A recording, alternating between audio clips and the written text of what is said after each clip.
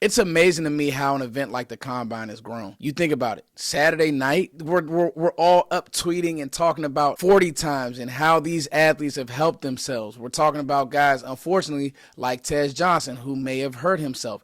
We're not even talking about Savion Williams because some of these other receivers and running backs really helped themselves.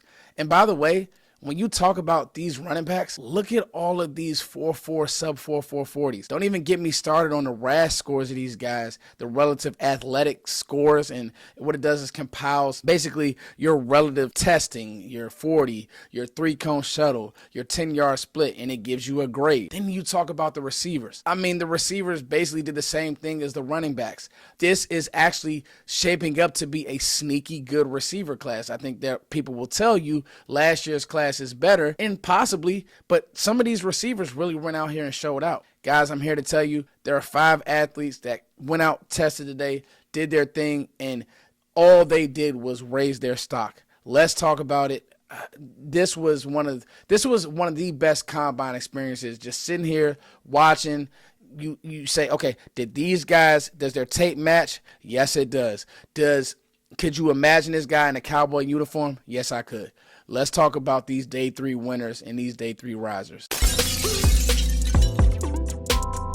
This video is brought to you guys by BetUS. BetUS has all your betting needs. If you guys want to bet on who's going to be the first overall pick, you can do that. I can't remember a draft where there's been you don't know who's going to go 1. You think about the injury now to Abdul Carter. Will he need surgery? No, he won't. But at the end of the day, we don't know now. Will it be Cam Ward? We don't know. Will somebody trade in and trade for the number 1 pick? Hey, Jerry hasn't met with anybody yet. Maybe Jerry's trading up and he wants to get Travis Hunter. At the end of the day, you can bet on all of that. All you got to do is go to BetUS. BetUS, all your betting needs. Use promo code YouTube150. BetUS has you covered. Thank you for sponsoring this channel, BetUS. Number 1, Matthew Golden. I think it's important to note that the Cowboys did have a formal meeting with Matthew Golden, and I think it's important to note that this guy absolutely blew up the combine. 4.29 40, and unlike his teammate Isaiah Bond, who said he was going to go out and break Xavier Worthy's record, Matthew Golden was the closest receiver to it. He led the 40, well, he either was second or first in the 40, and then he had the fastest 10-yard split. So it's not only is he a long speed guy, he is a great route runner, and that shows up on tape. He can run every route. I did a film session on it. His dig routes, his dig combinations, he is the end breaker king, and he can run past you. That's now on film. He can run past the defense. So when we saw him running past that Georgia defense, it's real. It's not fluff. I think that he is in high consideration for the Cowboys, who have already came out and said that they want to address the receiver position. He had a formal meeting with these guys, and there's no way that you're going to get him at 44. If you want to go receiver, you need to consider him at 12. And I'll be honest with you, he is going to be in consideration. Daniel Jeremiah tweeted this out earlier in the draft season. He said there's a chance that Matthew Golden, by the end of it all, could be receiver 1. He did nothing to hurt that argument. Number 2, and my personal favorite, Jaden Higgins. I went to the Senior Bowl 1 to see just how Jaden Higgins looked, how he moved. Me and Zach were sitting up there in the stands, and I got to tell you, he checked all the boxes. Then he comes to the combine at 6'4" and runs a 4.47, 39-inch vert. The RAS numbers looks great. I got to tell you, end breakers, check.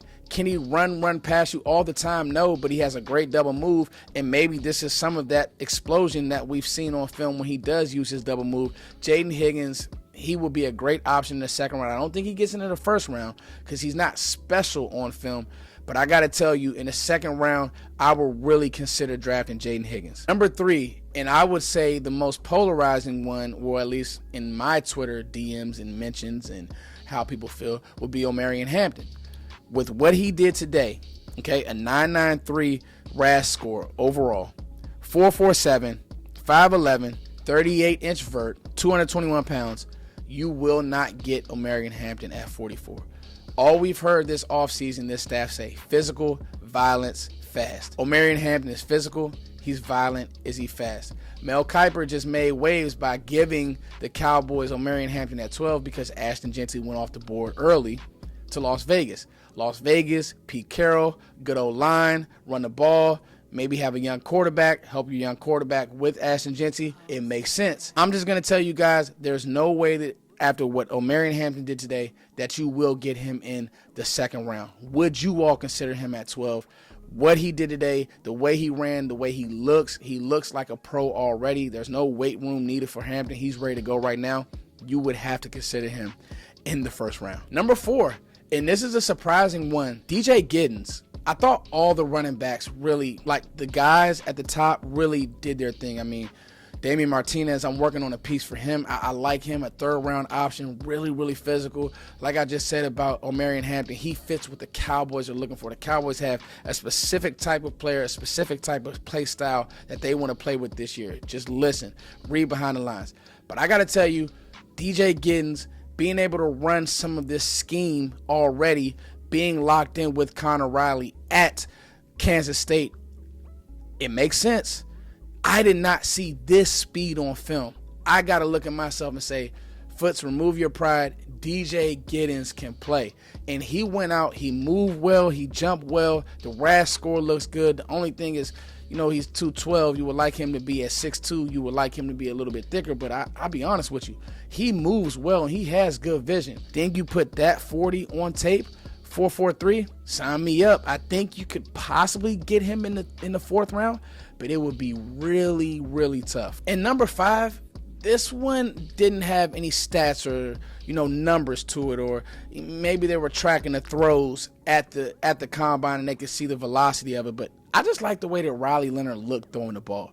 He's already known to be an athlete. He'll run the ball. You watched him in the college football playoff games. He's physical. He's not scared of anything. I like those things in a quarterback. But then just the way he threw the ball, he wanted to make a point today that he can throw the ball with some zip. He can push the ball down the field. And I think if you're looking for that developmental quarterback that's tough, has some juice, can create plays, I don't know. I just felt like Riley Leonard really did help himself today. I think that he will be on the Cowboys' radar in the 5th round, and I think that he should. And then a few other names, man. I love the way Bashar Tootin ran. I love the way Jalen Lane ran. I never forget, me and Zach were like, who is 83 from Virginia Tech? And, you know, we're doing a draft guide, and we like, yo, we need to bump him up because this guy can legit play. By the way, if you guys don't know, me and Zach are doing a draft guide. Make sure you guys check out the link in the description box. We're going to have a bunch of draft profiles, and you guys can follow along while the draft is going on, and you can get Foots and Zach's thoughts. So make sure you guys check that out. But yeah, Jalen Lane, he really helped himself. I thought that my guy Brashard Smith, who I said was really, really good at Senior Bowl, he ran a blazing time, which isn't, I wasn't surprised by that because that shows up on tape, the way he's able to separate as a receiver. Florida guy. He plays football fast, so that wasn't a surprise to me. But I just thought that he played well. And I got to be honest, my guy Tez Johnson, I'm going to say this. I'm not going to make the same mistake that I made with Bucky Irvin. No, he's not fast. But on tape, he still separates fine. He still breaks tackles. He still can play receiver in the NFL for me. Yes, he's very small, and you may get him at a discounted price, but the same thing happened to Bucky Irvin. He didn't run in a straight line fast. He came in the league and played tough football. Comes from that Oregon background just like Bucky. I don't think that teams should give up on Tez. I think that he'll be off the board for the Cowboys. But if you feel how you feel about Tez and you watch the tape, trust it. All right, guys, it's your boy Footsdaking as always. Thank you all for liking, sharing, subscribing. I do this because I love to talk draft. I love to talk player. I love to talk development. And I got to be honest, it was some cool developments day 3 at the Combine. What do you guys think? And I want to leave you all with this question. I put this on Twitter. Would you guys go Matthew Golden at 12, Quinshon Judkins at 44, another running back who had a nice day today? Or would you go B, Omarion Hampton at 12, Jaden Higgins at 44? You guys get in the chat. Let me know what you think. And as always, thank you guys for liking, sharing, subscribing. It's your boy Foots. I love you all.